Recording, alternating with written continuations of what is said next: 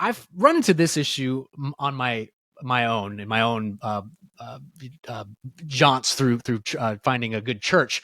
Now, what would you tell churches that say evangelism is the most important thing and they don't need to talk about the issues because if they evangelize and convert enough people, the culture will just naturally change? Look, I don't want anybody to remove the main thing being the main thing. Please Right. tell me how that's not the main thing, reaching out to unsaved people. I can take you to pastors in every state who would have said that before we had our conversation, before they saw our meetings, and they would realize their ability to evangelize has expanded greatly. Says now they're not trying to fight within their four walls. They're actually going out and meeting people who are unsaved and don't agree with them. Look, we all have comfort zones. Pastors aren't, they don't have a corner on that market. And it's a lot easier to stay in the four walls and say, we're just evangelizing or evangelizing to whatever's convenient. When the truth is, our own nation, down the street, in the county, in the legislature, there's evangelism opportunities every single day. I know pastors who run ministries to the legislature because they see a massive need. I can take you to pastors right now who all they do is go visit legislators in the various states, and they take Bibles to them, they pray with them, and they get shut out sometimes. That's uncomfortable. But the truth is they are evangelizing by covering the issues. And what they're going to find, truth is a magnet. People will run to the truth. And this is an anecdotal story. My Sunday school class has 5 new couples, all from different denominations, all who left because they weren't hearing the truth. They recognized it. I think our church probably has 25 new couples in the last year because they saw denominations that began capitulating on the truth and apologizing or accepting abortion or this whole same-sex trans stuff. Oh, it's okay, and we love everybody. Look, we're hugging people right all the way to hell. And we're not helping anybody. We're not doing them a service by giving a watered down gospel and a watered down truth.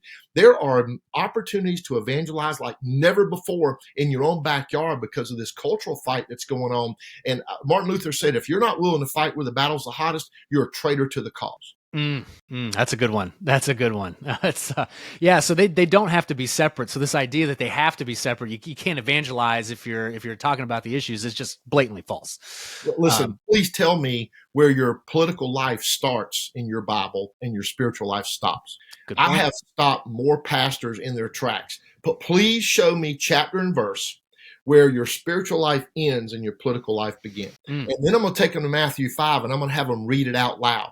And because Jesus said, if the salt's lost its flavor, it is good for nothing to be thrown in the street and trodden under the feet of men. So I don't think that sounds like a good day to be told by the Father I was good for nothing. Right. I want to hear, well done, thou good and faithful servant, not, oh, hey, here's the good for nothing guy. We threw him in the street years ago. Absolutely. Absolutely. But listen, here's what we're seeing, Jeremiah.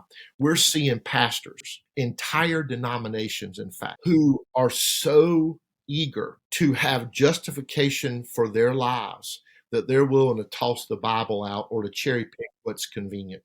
I said on one show, and the left has hit me and called me every name but Jesus.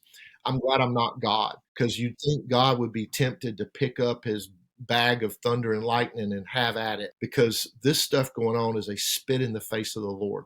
And I don't get to choose that. And thank God I don't. But from my perspective, I want to live a life that's Christ-like. I want to live a life that's obedient to God. And he said, take up your cross daily and follow me. And when people cherry pick the word to do and live a life that they think is convenient based on their standards of truth and ethics, and they create a lot of little T truths instead of a big T, the truth that comes from above, watch out. That doesn't go well for them in the end. No.